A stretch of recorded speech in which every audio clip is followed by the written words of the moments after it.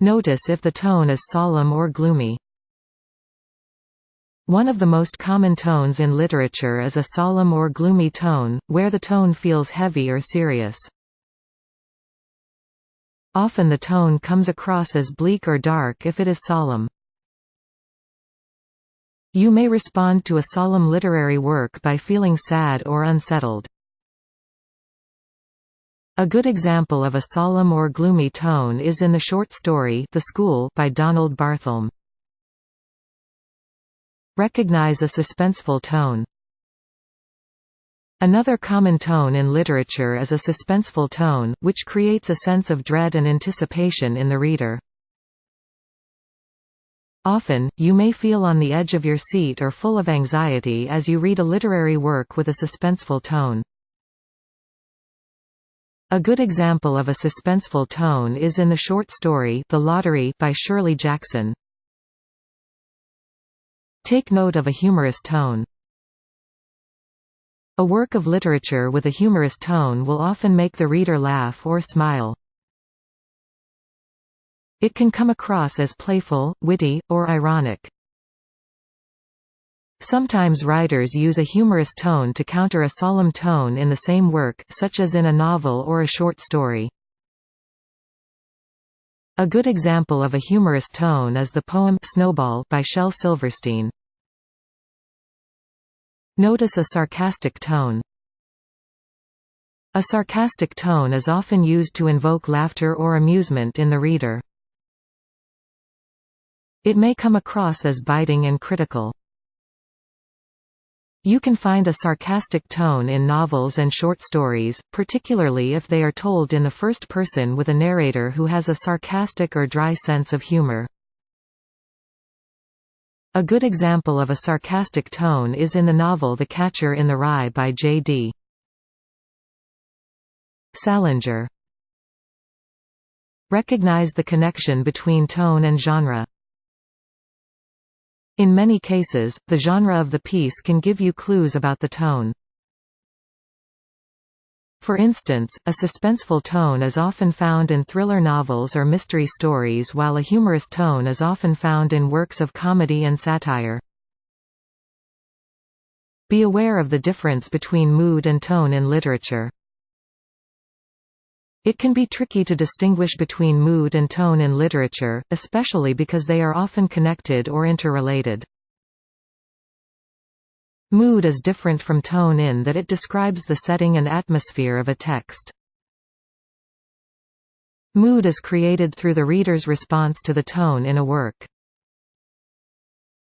However, both mood and tone are shaped by the writer's ability to convey emotion in the reader. For example, if a story is set in an abandoned cabin in the woods, it may have a creepy or unsettling mood. The author may then have a narrator or main character who uses a gloomy or depressing tone to describe the cabin in the woods to the reader. Notice the word choice and language. One way you can determine tone in a literary work is to pay attention to the words and language used by the author. Consider why the author chose certain words or language to describe a scene. Think about why certain words were used to discuss a character. Think about how these choices create tone. For example, you may study a passage from the short story The School, and the trees all died. I don't know why they died, they just died. Something wrong with the soil possibly, or maybe the stuff we got from the nursery wasn't the best, all these kids looking at these little brown sticks, it was depressing. In the passage, Barthelme creates a solemn, gloomy tone by using words like depressing, dead, died, and wrong. Look at the sentence structure. Read a few lines of the literary work and notice how the sentences are structured. You may notice the sentences are short and often do not vary in length, creating a certain tone. Or you may notice sentences that are long and winding down the page. This could create a meditative or thoughtful tone. For example, in many thriller novels, the sentences are often short and to the point, with very few adjectives or adverbs. This can help to create a suspenseful tone, full of action and tension. Examine the imagery. Another way you can determine the tone of a piece is to look at the imagery used by the author to describe a setting, scene, or character. Certain imagery will create a certain tone to the piece. Strong imagery can tip you off to the tone intended by the author. For example, if a person's face is described as glowing with happiness and excitement, this may create a joyful tone.